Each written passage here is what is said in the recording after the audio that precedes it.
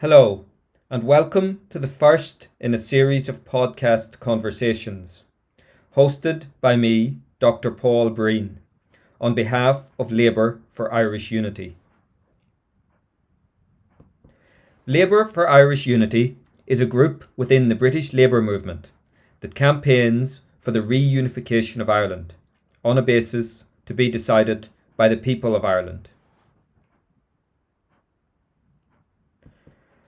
I'm a member of this group, and I'm an academic and author, originally from County Fermanagh, now based in London.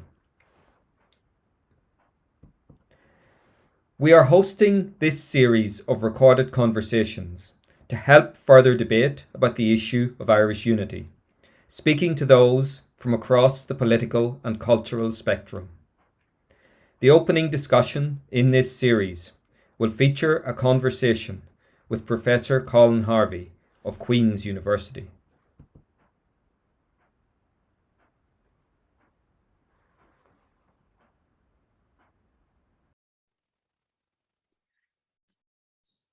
So I'm here with Professor Colin Harvey, who is Professor of Human Rights Law and Director of the Human Rights Centre at Queen's. He is a Fellow of the Senator George J. Mitchell Institute for Global Peace, Security and Justice, and an Associate Fellow of the Institute of Irish Studies. He is on the Management Board of Ireland's Future and is a member of the Constitutional Conversations Group. He has written and spoken extensively on the constitutional future of Ireland. So welcome, Colin, to this Labour for Irish Unity podcast. Thank you very much, Paul, for the invitation, and really delighted to be talking to you about this topic. Okay, that's wonderful. So what we'll begin with then is just a general question. So at present, there are a lot of terms out there used to describe a future Ireland. So United Ireland, Agreed Ireland, Shared Ireland, and so on. So which one of these terms is your favourite and why? It's a great question because you hear a lot of those different terms used in the debate. I quite like the New and United Ireland terminology that's often used because, like a lot of people, I'm involved in this discussion because I'm intrigued as to what the new bit of New and United Ireland is, and particularly in the area that I work in, which is equality and human rights.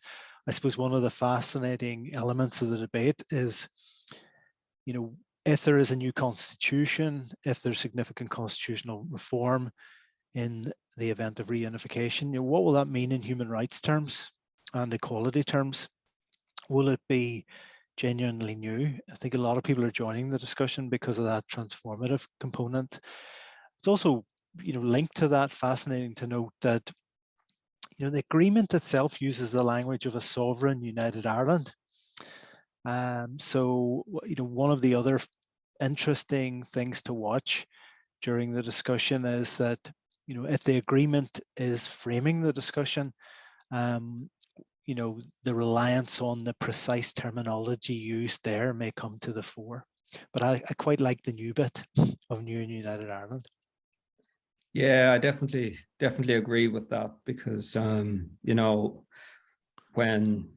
or if or when there is a realignment of things or a rearrangement of things, I think it has to be kind of like a brand new constitutional arrangement and a shift towards the future rather than simply, for example, absorbing the North into the Republic as it is, or trying to create a state that's based around past ideologies. So the new is certainly something that resonates with me as well. Yeah, it's going to be one to watch in the discussion because on the pro-union side and pro-United Ireland side, there'll be, different perspectives and views. And, for those advocating United Ireland, there'll be those in the debate who are quite small c conservative. And there are those who won't be conservative at all. I suppose one of the things to look out for as really the discussion moves towards putting proposals on the table is, who will win out in those arguments? Where will the proposals fall? One thing that's really struck me, quite quickly, people have moved very rapidly to that language of a new constitution, and not simply, amendment of the existing constitution or a very strong absorption model. It's been, already quite quickly moving into, the new constitution, new constitutional arrangements territory, which in itself is interesting. Want to watch whether that holds up as we get into the detail of the debate, and particularly as people in the South begin to focus on this in a lot more detail in the years ahead. Yeah, because sometimes we do forget that, there are a whole range of stakeholders in this, and that also does obviously involve the people in the South and those who are pro-union at the present time. Yeah, I suppose really, Paul, it's I suppose one way of thinking of it is, at some point the Irish government, the Irish state, is going to have to advance a set of proposals, and there's a legal and normative framing for all that, and there's things that are guaranteed and required. But it'll be absolutely fascinating to see what's on the table, and also really fascinating to see what people in the south of Ireland are prepared to put forward in the context of this project. So definitely one to watch, I think. Mm-hmm. Yeah, and that's a discussion that's only going to increase in the near future, I would imagine. Yeah. So how likely do you think that we are to seeing a border poll in the near future, and what are the possible outcomes of that? Again, it's another great question, and as you know, and as listeners will know, this varies wildly in terms of where people think this will be at. Some people are talking about the decade ahead, relatively close. Some people much further into the future. I certainly think post-Brexit, when you look at all the various political and demographic and other trends that are happening, it's at least plausible that, as people are saying, that you'll see a choice being given on this in the decade ahead.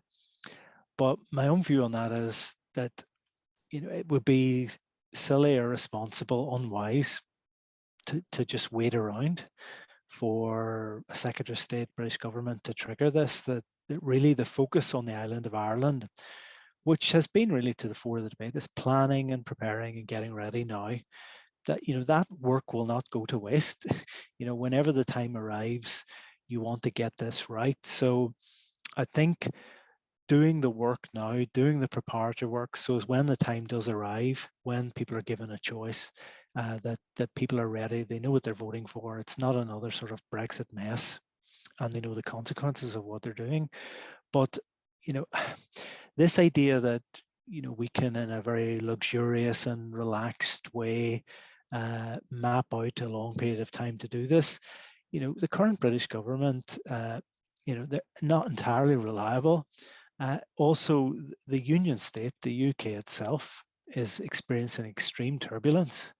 So, the island of Ireland could be propelled into this much sooner than the sort of luxurious planning that people talk about provides for. So the sooner really this advances and goes forward, the better. Although I do think, my own sense is it's happening now. Like, you look at universities, the work that they're doing, other bodies, the work of the Shared Island Unit, civic society initiatives, even political parties, Sinn Féin and the SDLB have both got commissions now looking at all this. So to my mind, the work has started, and it just needs to be enhanced and developed. I think people have a fairly good sense that this is going to happen, perhaps sooner than people realize.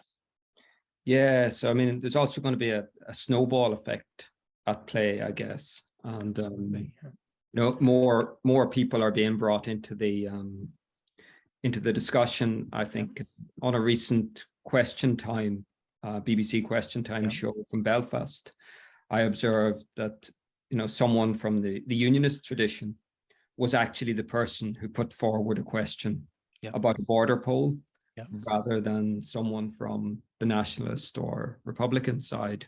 Yeah. So this brings me on to another question, which is quite pertinent because it is an issue that some people have raised with me and raised with other members of our group.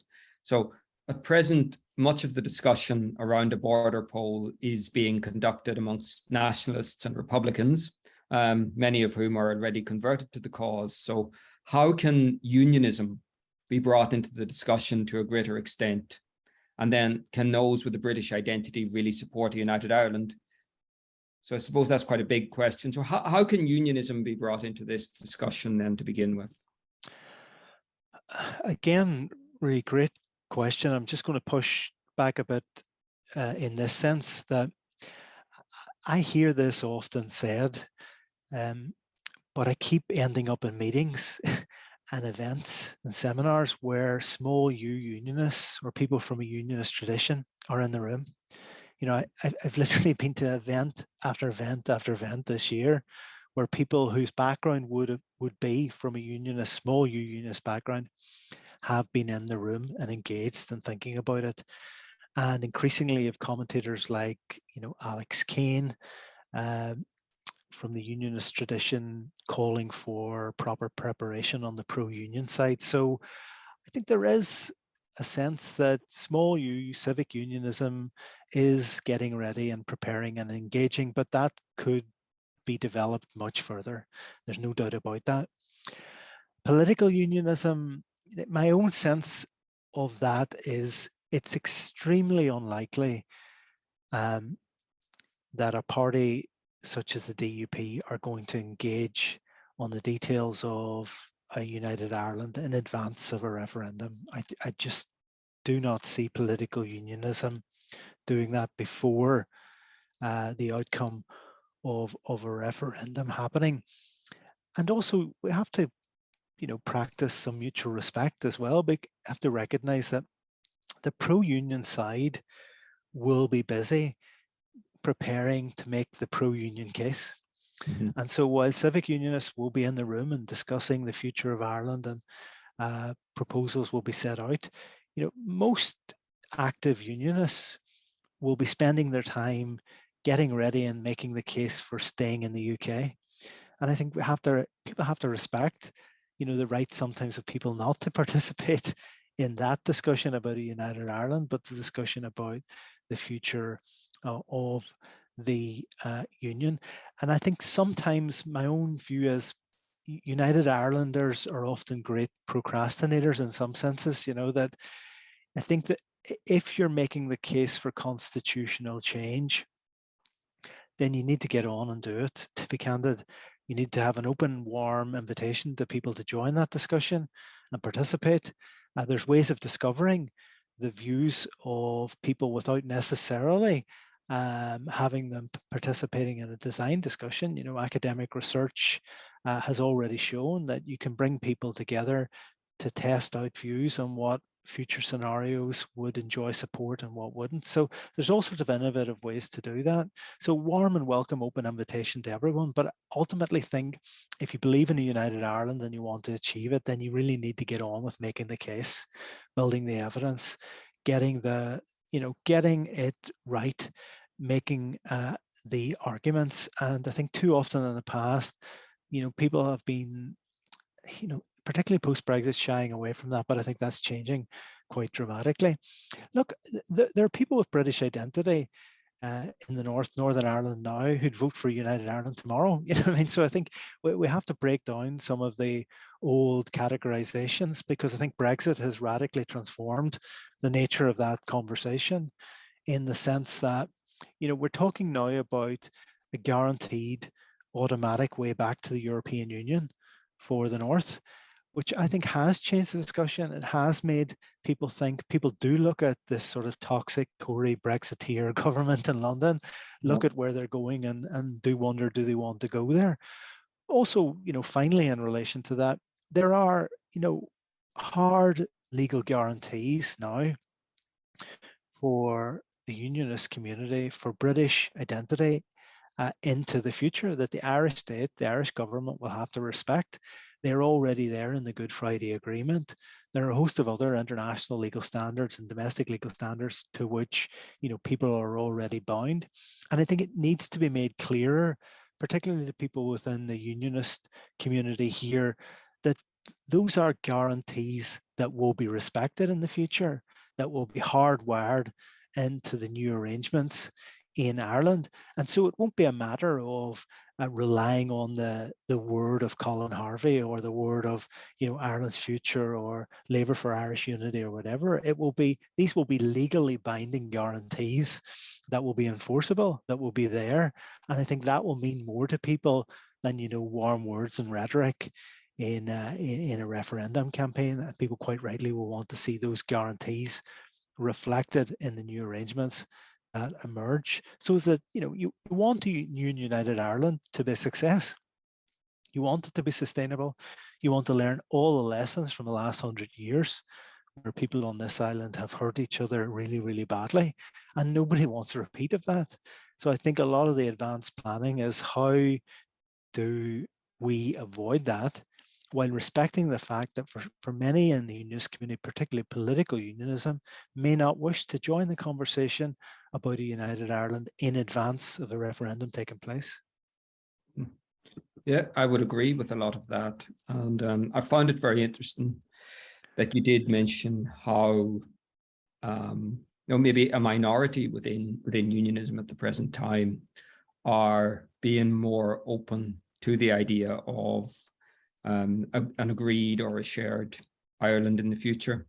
Yeah. So maybe I'll change the second part of this question slightly, because again, that's very much what we're going to have to do in all of these discussions around Irish unity. We're going to have to listen to other people and to be flexible enough to shape the discussion around what they are saying and, take on board their arguments. So here, in the context of putting forward a pro-Irish unity argument, how do we make people with a British identity feel more comfortable about the idea of Irish unity? Again, it's a great discussion. Like, my view on that would be that this discussion has to be approached in the spirit of the Good Friday Agreement itself and some of the values that underpin the agreement around mutual respect, parity of esteem, and generosity. And I think the way forward for this discussion is thinking about how you can do the right thing in relation to the future. We all know what's happened in the past, but I think the response to that is inclusive set of generous proposals that genuinely make the new in United Ireland meaningful. I think also, why wait around for United Ireland to show a spirit of accommodation and reconciliation on the island now? What could be done now by the current Irish state to show that a new Ireland will be a welcoming place for, if you like, British Ulster identity in those new arrangements. So rather than just wait for the referendum and the outcome of that, you can start now by taking those steps. Obviously, difficult times at the moment. Things are rather toxic and divisive at the moment post-Brexit. Brexit has really been disastrous for this place. But the answer to that, in my mind, is generosity, underpinned by really strong, hard and fast legal guarantees, right? So you're not relying on the warm words of people. You actually, and people in Ulster British identity, know that protections and guarantees are hardwired into the system. Maybe a final point, you've rightly used the word, listening. Sometimes, we could all listen harder in terms of what people want, right? Because I think sometimes United Irelanders approach the conversation assuming they know what unionists want. And I think sometimes it's not that straightforward. Like, I've certainly seen evidence that, so for example, you'll often hear people say, immediately they'll say that about the Commonwealth and about joining in debates around that, flags and identities and emblems, and they're all fundamentally important. But actually, when you do engage with unionist communities and loyalist communities here, it's really striking how often socioeconomic issues around basic social justice, housing and healthcare and employment tend to rise very rapidly up the agenda, health being probably the best example, and also the economy. So it's not just assuming you know what it is people want in the future, it's actually listening to what they're saying, which is, as you rightly say, it's part of finding ways, innovative ways sometimes to sort of be able to listen to those discussions, even if people might not politically be willing to join a formal negotiation or a formal discussion. There are other public and private ways in which you can draw those voices into the conversation, I think. Like, for example, a citizens' assembly at the moment, which has been talked about by a lot of people, some kind of all-island civic initiative, that makes a lot of sense to me as a way to encourage civic unionism into that space. Yeah, I would agree completely with that, because when I have conversations with Northern Irish unionists, very often their argument, not their whole argument, but 3 letters almost sum up the main point that they make about wanting to remain British, and it is the NHS, yeah, and healthcare. Yeah, that I find, and Paul, I do find that fascinating. My area I work in human rights. I've done a lot of work on socio and economic rights, and in some ways, it's heartening to see that those issues of social justice, socioeconomic justice, climate justice, often are at the fore of the discussion, because that to me then opens up the question that if we do have a new constitution, should we really have a Bill of Rights at the heart of that has some of these basic social and economic rights, at the core of that Bill of Rights, that you've put healthcare in the Constitution, housing in the Constitution, you have these guarantees there. Now, they won't solve everything overnight, but they're a recognition that you want a rights-based future as well. Mm-hmm. Yeah, and that's very much where a lot of the emergent middle ground is putting its political emphasis, right Absolutely. now. Yeah. So we've probably covered a lot of stuff in terms of legal guarantees and Bill of Rights and so on. But what benefits are there for Britain in the event of Irish unification, do you think? Again, I think that's a brilliant question in terms of because it's a question that's not often asked. Yeah, it's often posed in terms of the island of Ireland. I think ultimately for Britain, and this is a wider debate about the future of these islands.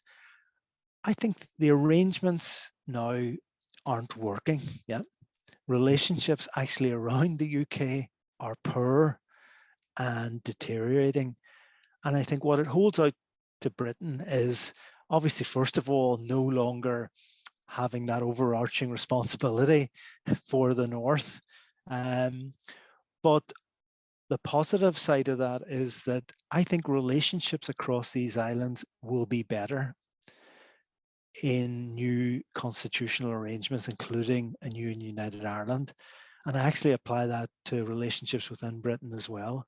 I think the current system, the current arrangements aren't working.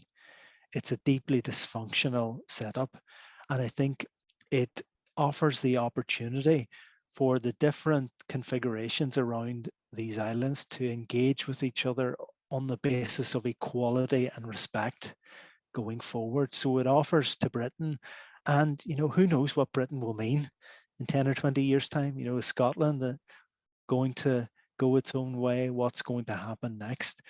But some of these debates are about really creating better relationships across these islands in the future, because the current arrangements aren't working. So I would frame it in those positive senses. You could make the point about the economic components of this and the savings to be made in terms of a united Ireland. for Westminster and Whitehall and all of that. But I think I would just press the more positive button in relation to this, that it holds out the prospect of trying to get relationships right across these islands, because they're not working now, and relationships based on equality and respect. Yeah, and again, I think that comes back to what you were saying about a Bill of Rights and so on. I think it offers the opportunity maybe for more equal relationships across the whole spectrum. I suppose, Paul, also it raises fascinating prospects. Of course, the island of Ireland then will be back in the European Union, and it'll be interesting, will the North be back in the European Union? And it'd be interesting to see when and if that happens, where the debate is in England, Wales and Scotland in terms of the EU, and whether there'll be a future reflection on all that in the years ahead. Yeah, so there's certainly plenty of food for thought. Well, can I also, Paul, just make I'm on the management board of Ireland's Future, as mentioned, and we're holding a big event in the 3 Arena in Dublin on the 1st of October of this year, and tickets are available on Ticketmaster, and people are strongly encouraged to have a look and come along, and everybody's welcome.